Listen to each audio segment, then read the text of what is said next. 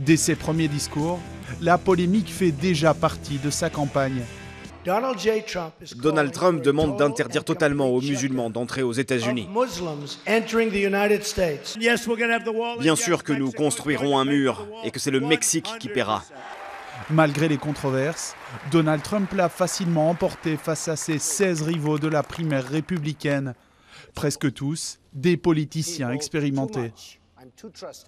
Homme d'affaires milliardaire, ancienne star de télé-réalité, Donald Trump a connu 2 divorces et est le père de 5 enfants, dont 3 contribuent à sa campagne. Trump a construit sa fortune sur celle de son père millionnaire et promet de diriger le pays comme ses entreprises, même si plusieurs d'entre elles ont fait faillite. Assurez-vous qu'il n'ait jamais la possibilité de mettre l'Amérique en faillite, comme il l'a fait pour ses entreprises.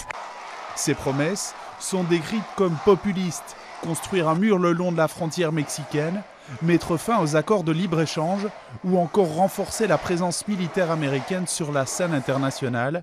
Des propositions qui séduisent ses partisans, mais qui choquent les dirigeants occidentaux. La Russie a été accusée de soutenir sa campagne. Les services de renseignement estiment que les Russes ont piraté les emails d'Hillary Clinton. Les Russes, si vous écoutez, j'espère que vous pourrez trouver les 30 000 emails qui manquent. Je pense que vous serez probablement récompensés par notre presse. Trump n'a jamais maintenu une avance constante sur Clinton dans les sondages, mais il est resté au coude à coude, même lorsque des membres de son parti ont dénoncé des scandales qui auraient coulé bien d'autres candidats. L'avance de Clinton s'est intensifiée depuis les débats présidentiels et les révélations de propos dégradants sur les femmes. Depuis que les intentions de vote diminuent pour le candidat républicain, ses discours ont pris un ton plus sombre.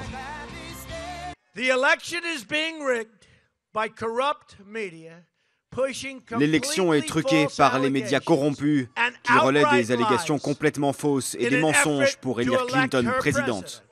En refusant de dire s'il acceptera le résultat des élections, Trump s'est une nouvelle fois assuré d'être au centre des discussions le 8 novembre, même s'il perd l'élection.